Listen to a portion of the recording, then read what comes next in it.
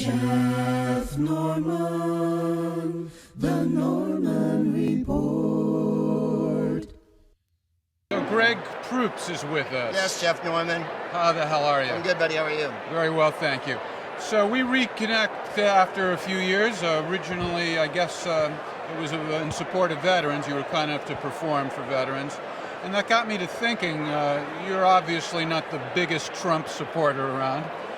But do you see veterans That's characterizing it very gently. Yes, right. Well, I start gentle. I was going to say understatement is a big part of your game. Yes, right. This is the seduction. Yeah. What I'm getting at is veterans seem to me like at least a potential issue that might bridge the gap between the anti-Trumpers and the pro-Trumpers. Have you ever thought about how perhaps veterans could be involved in some sort of infrastructure program, kind of harnessing their military skills and applying it to the civilian sector? Well, I think that I have nothing but respect for veterans, and I think that they should be accorded a great deal more respect as well. They're cheated out of health care. The largest growing segment of homeless people is women veterans. I think their mental health problems are overlooked utterly. I think there's a lot of trauma. Having gone overseas and spent some time with troops in different places, I think they're woefully undercared for by this administration and by every administration. As to answer your question, I wouldn't know where to begin. I think obviously there probably is a place where veterans could be the go-betweens between the civilian world and the... It just seems like one of the few areas where there's at least potential for anti-Trumpers and pro-Trumpers to agree.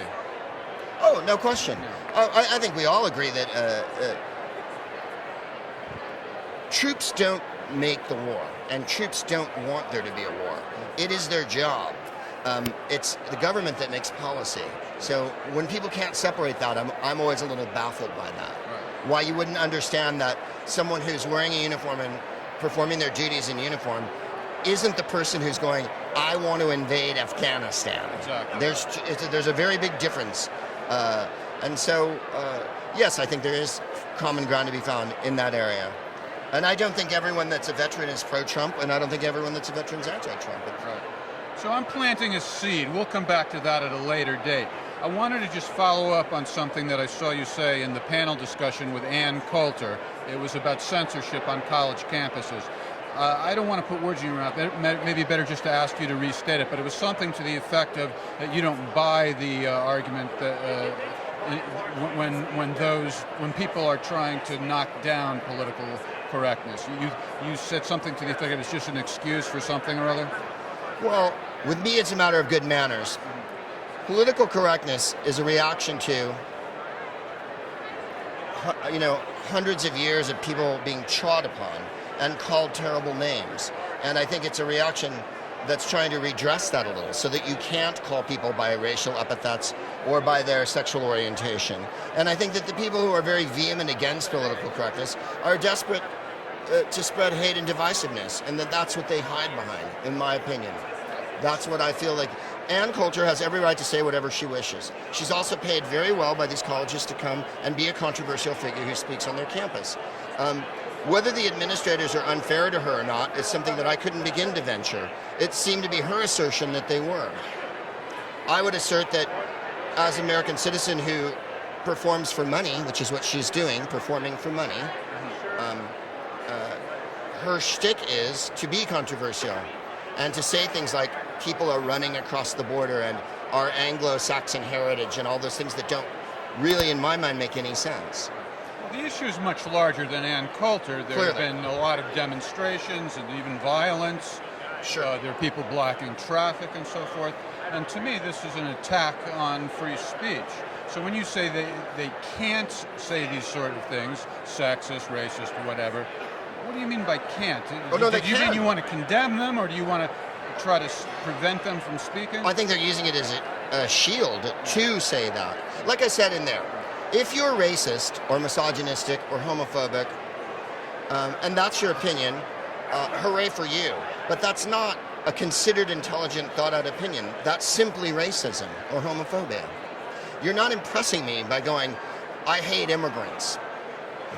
That doesn't make me go, wow, you really changed my mind on that one. Because there's nothing to it at all. It's like saying, I don't want to make cakes for gay people because I don't believe in gay marriage. Well, tough. Tough shit. I have to listen to your redneck bullshit all the time. Well, I think the line there is based on whether or not you're making the baker, start using speech that he or she doesn't want to use. But if it's just a cake, why should the guy in the store even get involved in how they're going to use the cake? For me, it's a matter of, I think people are as proud of their ignorance as if it was a prize pony that they raised. I'm not saying I know more than people, but I'm willing to listen to people. All the disturbances and screaming and shouting each other down doesn't do a bit of good. Well, disturbing is exactly what I was just about to ask you. I don't know if it's the right word, but what worries you the most about the Trump administration, or what do you think is, the most egregious offense? They're white supremacy. They're white supremacists. They're homophobic and misogynistic. The anti-trans troops tweet this week, for instance, speaking of veterans, there are 15,000 people who are transgender serving in the military. That's a huge blow against everyone who's serving in the military. You can't just pick one group out and say, there's not going to be trans people in the military. And you notice the Joint Chiefs of Staff went, no, we're not changing the policy. You can't tweet policy in the morning. Right. So that's the kind of dangerous heedlessness that I think is the most clear and present danger. He enforces prejudice and does nothing to back it up. If he'd given a bunch of reasons, but you saw the tweets. It was, I've conferred with my generals, and because of safety regulations and unity. Well, it carries no significance, really, as far as imposing policy. The same thing was said about black troops in the 40s. Yeah. The same thing was said about women troops 10 years ago. You know what I mean? It was a political statement, not a legal order. We'll see what happens with that. If you're in the service and you're serving with trans people, you don't care what gender they are as long as they've got your back. And the same goes both ways, And what about, not necessarily coming from Trump himself, but let's say the Trump era, what's the thing where you might see some hope? What's good about the way things are getting stirred up?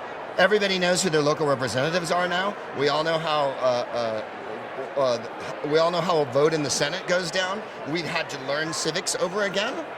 Stuff that I learned when I was in high school and junior college, evidently no one learned. And now we're learning that we can phone our representatives, that we can write them, that we can go to meetings, and that direct action works. You know as well as I do, Jeff, people say, oh, marching doesn't accomplish anything. It accomplishes everything. The healthcare bill died because they know how unpopular it is with people. It's wildly unpopular. How many pro-repeal and replace rallies were there? Approximately zero. So they were going to do it anyway, but McCain pulled a brilliant parliamentary maneuver. They won't be able to go back and visit this bill again because of what he did. No, not this bill, but yeah, I agree. He pulled a very good move by saying, hey, we need something that's bipartisan. And that creates an opportunity for Trump, I think. Well, it does, but also this bill's dead in the water now. It can't be brought up again. It can't be discussed. And you can't even bring it up on an appropriations bill of the same kind this right now, because parliamentarily it can't be voted on. All right, last question. Yes. You're a self-described liberal guy. I am. Very open-minded and into diversity and so forth. But if you had to pick one ethnic group or nationality or any group of humans that's the most annoying, who would it be? Your life is depending on it. Rich white people. Thank you so much. I appreciate it. Okay, thank you.